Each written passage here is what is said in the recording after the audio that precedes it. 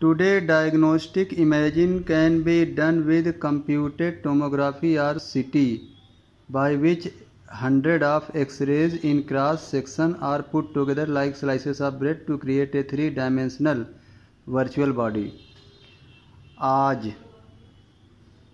जो डायग्नोस्टिक होता है, जो मेडिकल डिक्लेरेशन होता है कि किसी व्यक्ति को क्या रोग हुआ है, ये कल्पना कंप्यूटेड टोमोग्राफी या सीटी स्कैन के द्वारा बड़े सरलता से ये कल्पना की जा सकती है, जिसके अंतर्गत सैकड़ों एक्सरे शरीर के लिए जाते हैं, अलग अलग क्रॉस करते हुए एक्सरे लिए जाते हैं, अलग अलग एंगल से एक्सरे लिए जाते हैं, और इन एक्सरे को बिल्कुल हम किसी ब्रेड के टुकड़े की तरह रख सकते हैं, जैसे कि ब्रेड का टुकड़ा रखा जाता है, और उनका अध्ययन हम कर सकते हैं और हम शरीर को लगभग 3 आयामों से देख सकते हैं, 3 अलग अलग आयामों से देख सकते हैं। ये सब सीटी स्कैन और एक्सरे से संभव हुआ है। What more would a CT scan reveal the TUT than the X-ray? राजा टट के बारे में क्या सीटी स्कैन ने ज़्यादा सही बात बताया या एक्सरे ने ज़्यादा सही बात बताया? And could it answer two of the biggest question still lingering about him, how did he die and how old was he at the time of his death? और क्या इन 2 बड़े सवालों के जवाब मिल पाए सीटी स्कैन और एक्सरे के द्वारा कि वो कैसे मरा और मृत्यु के समय उसकी अवस्था क्या थी? King Tut's demise was a big event even by the royal standards. राजा टट का जो मौत थी ये बहुत बड़ी घटना थी, और हालांकि शाही तौर पे देखा जाए तो भी ये बहुत बड़ी घटना थी। He was the last of his family line and his funeral was the death Ratle of A dynasty. वह अपने परिवार का अंतिम राजा था, and his funeral was the death Ratle of A dynasty. और उसकी जो शव यात्रा थी वो एक वंश का अंत थी, एक राजा का अंत ही नहीं थी, बल्कि वो एक वंश का अंत थी। But the particulars of his passing away and its aftermath are unclear. लेकिन उसके मौत का रहस्य और उसके मौत के बाद क्या हुआ, ये सब बातें अभी भी अनक्लियर हैं, यानी कि ये बातें साफ क्लियर नहीं हैं। अमेनहाटेप III, टट्स फादर और grandfather was a powerful pharaoh who ruled for almost 4 decades at the height of the 18th dynasty golden age. अब यहाँ पर अमेनहाटेप III की बात हो रही है, जो कि राजा टट के फादर थे या ग्रैंडफादर थे। वो एक पावरफुल फेरो राजा थे जिन्होंने लगभग 4 दशक 40 साल तक शासन किया था, और ये जो फेरो डायनेस्टी थी 18वीं फेरो डायनेस्टी, जो कि एक गोल्डन एज कहलाता था, उसमें शासन किया था। His son Amenhotep IV succeeded him. उनके जो पुत्र थे जिनका नाम था अमेनहाटेप IV, इसके बाद वो राजा बने, and initiated one of the strangest period in the history of. और इन्होंने अपने युग के इतिहास में एक बहुत ही विचित्र युग की तरफ बढ़े। एंशिएंट इजिप्ट, कह रहे हैं कि एंशिएंट इजिप्ट, प्राचीन मिस्र में जो फेरो डायनेस्टी थी उसके अंतर्गत वो बहुत अच्छे से आगे बढ़े। The new pharaoh promoted the worship of the Aten the sun disc, change his name to Akhenaten or servant of the Aten, and moved the religious capital from the old city of Thebes to the new city of Akhetaten, known now as Amarna। ये जो नए फेरो राजा थे, इन्होंने क्या किया कि इन्होंने आटेन की पूजा किया, यानी कि ये गोल सूरज की पूजा किया इन्होंने, और इन्होंने अपना नाम अखेनातेन रख लिया, जिसका मतलब होता है सर्वेंट ऑफ द आटेन, यानी कि सूरज के सर्वेंट, यानी सूरज के नौकर।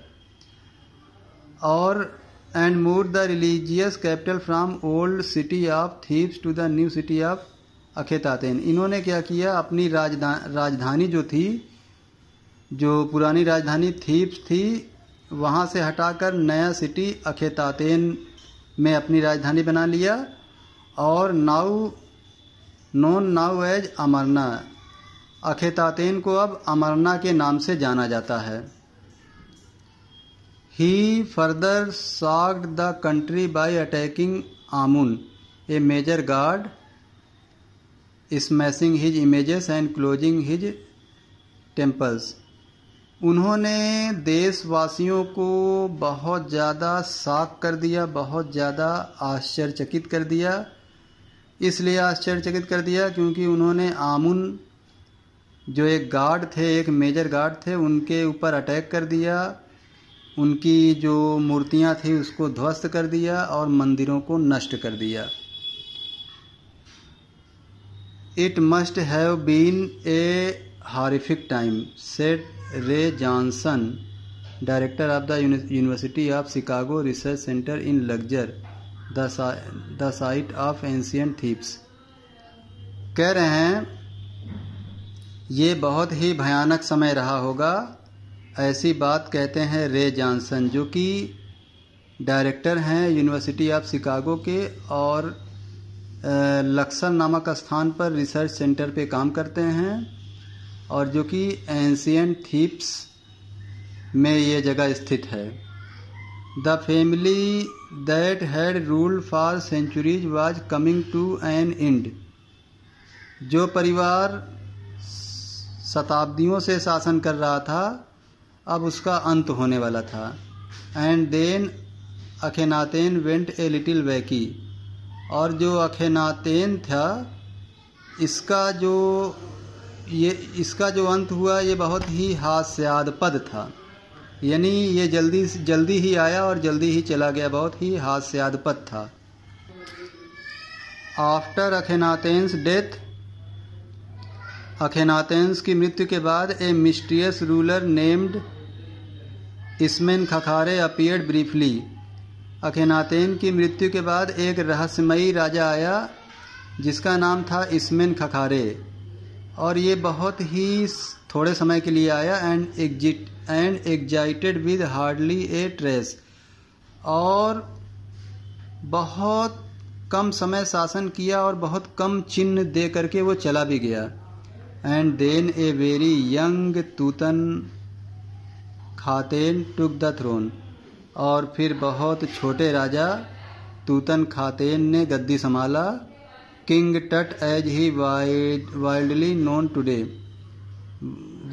नोन टुडे, इनको राजा टट भी कहते हैं जैसा कि आज इनका नाम फेमस है। The boy king soon change his name to Tutankhamun. इस लड़के ने जल्दी ही अपना नाम तूतन खामून रख लिया, लिविंग इमेज ऑफ आमून। ये एक्चुअली अपने आप को आमून, गॉड आमून की एक इमेज मानते थे। And oversaw a restoration of the old ways, और इन्होंने पुराने तौर तरीकों को वापस लाया। हम आपको एक बात ये बता देना चाहते हैं कि आमून राजा के मंदिर को, आमून राजा की मूर्तियों को ध्वस्त किया जा चुका था, इससे पहले आपने पढ़ा होगा। तो लेकिन तूतन खामून ने क्या किया कि उसी आमून राजा की जो इमेज है वो अपने आप को समझते थे और उन्होंने पुरानी परंपराओं को फिर से पुनर्जीवित किया। ही रेन्ड फॉर अबाउट 9 years, उन्होंने लगभग 9 वर्ष शासन किया। एंड देन डाइड अनएक्सपेक्टेडली, और फिर आशा के विपरीत उनकी मृत्यु हो गई। Regardless of his fame and the speculation about his fate, Tut is one mummy among many in Egypt.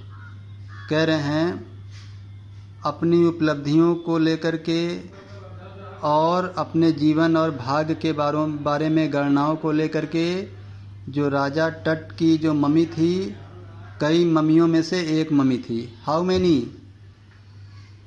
Egypt में कितनी ममी रही होगी? नो वन नोज, ये बात कोई नहीं जानता। The Egyptian mummy project which began an inventory in late 2003 कह रहे हैं इजिप्शियन ममी प्रोजेक्ट जो कि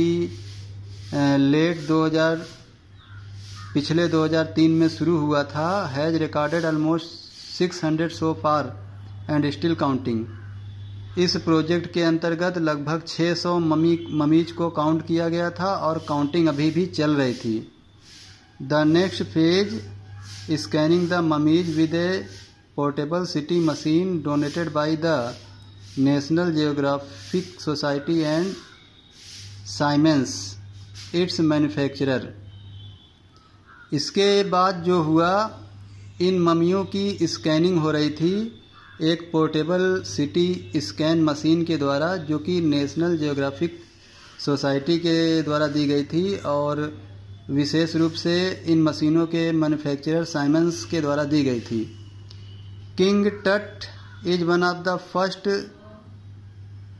mummies to be scanned in death as in life, moving regally ahead of his countrymen. राजा टट की जो डेड बॉडी थी या राजा टट की जो ममी थी, वो पहली ममी ऐसी थी जिसको स्कैन किया गया था उनकी मौत के बाद, और उनकी लाइफ को मशीन में पुनर्जीवित करके दिखाया गया था, और वो भी बिल्कुल सही ढंग से उनके देश के लोगों के सामने। A CT machine scan the mummy head to toe, creating 1700 digital x-rays images in cross section. एक जो सिटी स्कैन मशीन होती है वो किसी ममी को सर से लेकर पैर तक जांच करती है और लगभग 1700 डिजिटल एक्सरेज खींचती है अलग अलग दिशाओं में। Tut's head scanned in 0.62 millimetre slices to register its intricate structures takes on eerie detail in the resulting image. तो राजा टट का जो हेड था उसका स्कैन किया गया 0.62 मिलीमीटर स्लाइसेस पर और उसे रजिस्टर किया गया, नोट किया गया, अलग अलग स्ट्रक्चर्स में इसे एक्सरे को लिया गया और इस पर एक नोट बनाया गया। With Tut's entire body similarly recorded, a team of specialists in radiology, forensic and anatomy began to probe the secret that the winged goddesses of a gilded burial serene protected for so long। कह रहे हैं राजा टट के entire body की विशेष रूप से record किया गया। एक विशेष टीम आई थी, स्पेशलिस्ट रेडियोलॉजी लोगों की टीम आई थी जिन्होंने फॉरेंसिक जांच किया, राजा टट के शरीर की जांच किया, जिससे कई राज खुले और ये पता चला कि इस प्रकार के जो राजा फैरो राजा थे वो किस तरीके से मरे और दफन हुए और किस तरीके से उनकी मंदिरें बनी वगैरह वगैरह, इन सब चीज़ों की जांच हुई। और अधिक अपडेट को पाने के लिए मेरे चैनल होम एजुकेशन को अवश्य सब्सक्राइब करें। ओके, थैंक यू, जय हिंद।